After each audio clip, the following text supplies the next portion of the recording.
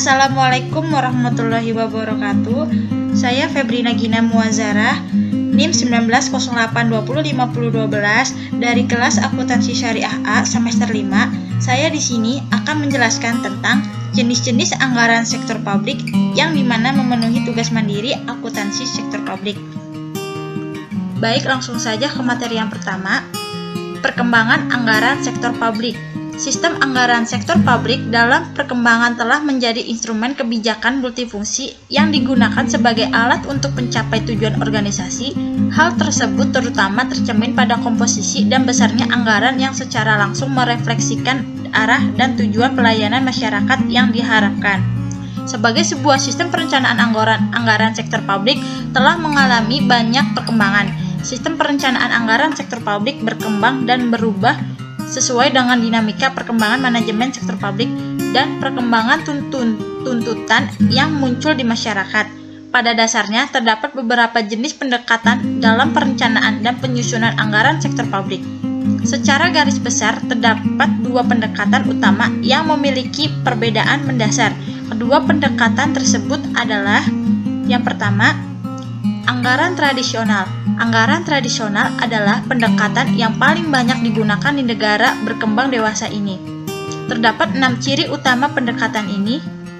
Yang pertama, cara penyusunan anggaran yang didasarkan atas pendekatan instrumentalisme. Anggaran tradisional bersifat instrumentalisme, yaitu hanya menambah atau mengurangi jumlah rupiah pada item-item anggaran yang sudah ada sebelumnya dengan menggunakan data tahun sebelumnya sebagai dasar untuk menyesuaikan besarnya penambahan atau pengurangan tanpa dilakukan kajian yang mendalam.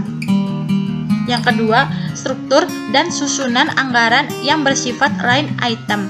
Ciri lain anggaran tradisional adalah struktur anggaran bersifat line item yang didasarkan atas dasar sifat natur dari penerimaan dan pengeluaran. Metode line item budget tidak memungkinkan untuk menghilangkan item-item penerimaan atau pengeluaran yang telah ada dalam struktur anggaran, walaupun sebenarnya secara real item tertentu sudah tidak relevan lagi untuk digunakan pada periode sekarang. Yang ketiga, cenderung. Yang keempat, bersifat spesifikasi. Yang kelima, tahunan. Yang keenam, menggunakan prinsip anggaran bruto. Ada 9 kelemahan anggaran tradisional. Yang pertama, hubungan yang tidak memadai atau terputus antara anggaran tahunan dengan rencana pembangunan jangka panjang. Yang kedua, pendekatan instrumental menyebabkan sejumlah besar pengeluaran tidak pernah diteliti secara penyeluruh efektivitasnya. Yang ketiga, lebih berorientasi pada input daripada output. Yang keempat, sekat-sekat antara departemen yang kaku membuat tujuan nasional secara keseluruhan sulit dicapai. Yang kelima, proses anggaran terpisah untuk pengeluaran rutin dan pengeluaran modal atau investasi. Yang keenam, anggaran tradisional bersifat tahunan. Yang ketujuh, sentralisasi penyiapan anggaran ditambah dengan informasi yang tidak memadai menyebabkan lemahnya perencanaan anggaran. Yang kedelapan, persetujuan anggaran yang terlambat sehingga gagal memberikan mekanisme pengendalian untuk pengeluaran yang sesuai, seperti seringnya dilakukan revisi anggaran dan manipulasi anggaran. Yang terakhir, aliran informasi atau sistem informasi finansial yang tidak memadai. Ada 3 jenis penganggaran sektor publik. Yang pertama, anggaran kinerja. Konsep anggaran kinerja disusun untuk mengatasi berbagai kelemahan yang terdapat pada anggaran tradisional, khususnya ketiadaan tolak ukur yang digunakan untuk pengukuran kinerja. Pendekatan ini didasarkan pada tujuan dan sasaran kinerja, dan oleh karena itu, anggaran digunakan sebagai alat untuk mencapai tujuan. Manfaat yang dapat didiskusikan dari model pendekatan anggaran kinerja. Yang pertama, meningkatkan efisiensi dan efektivitas dengan memfokuskan sumber daya menuju outcome yang kritis yang penting. Yang kedua, meningkatkan pengambilan keputusan mengenai cara paling efektif untuk menggunakan sumber daya publik yang terbatas. Yang ketiga, meningkatkan operasi dengan menghubungkan anggaran dengan kinerja program sepanjang waktu. Yang keempat, meningkatkan pemahaman dan komunikasi tentang isu dan prioritas kritis pada sumber daya. Yang kelima, membuat manajer lebih akuntabel untuk keputusan program yang mempengaruhi outcome anggaran.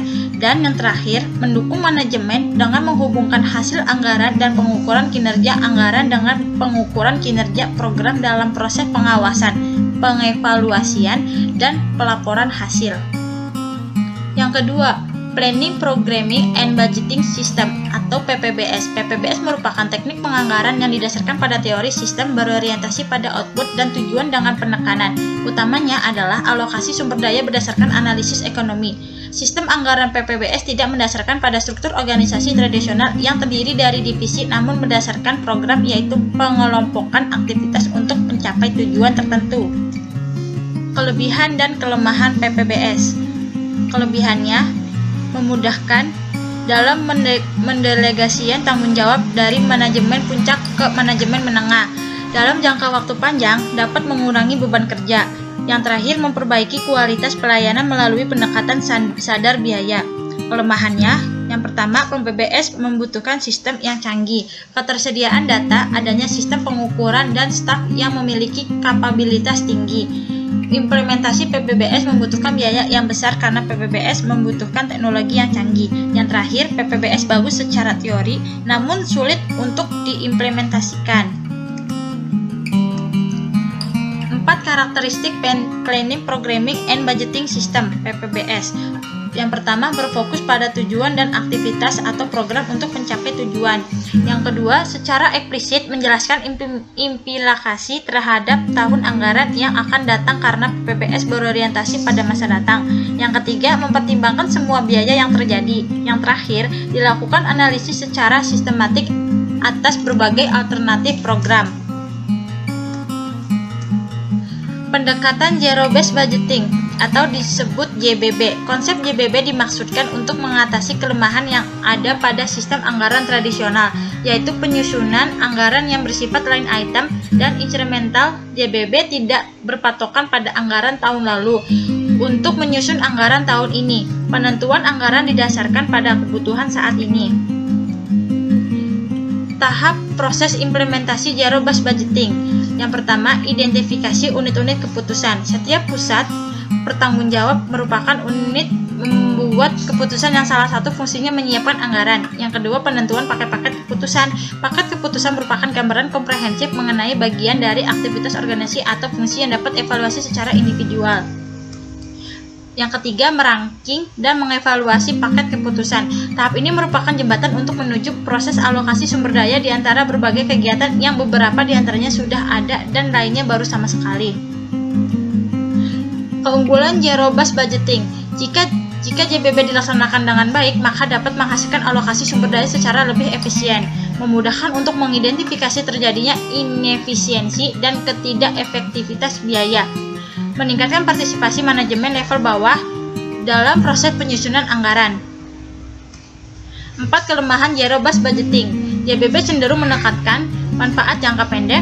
Implementasi JBB membutuhkan teknologi yang maju. Masalah dalam proses meranking dan mereview paket keputusan. Yang terakhir, memungkinkan munculnya kesan yang keliru bahwa semua paket keputusan harus masuk anggaran.